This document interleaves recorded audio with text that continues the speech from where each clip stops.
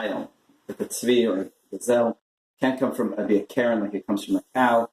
It has to be bent over. Teach us to Shifufim before Rosh Hashanah. Because anybody who's like a Rosh in the Rosh Hashanah, that means it's like a poor person. In the end, will come out like a triumphant, wealthy person.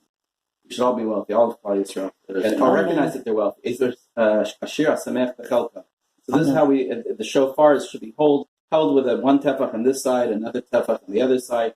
So at least 3 tefachim. Why, technically speaking, you have a shofar even of one tefach, one handbreadth.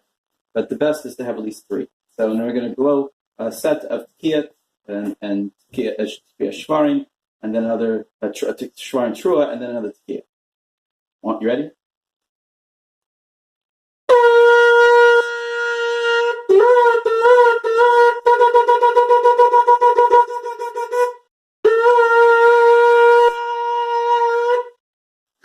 Shana Tova, Tafshin Ayin Tet should be Tieh Shnat Aliyah Tova. Amen. For us and for all of Klal Yisrael. The end.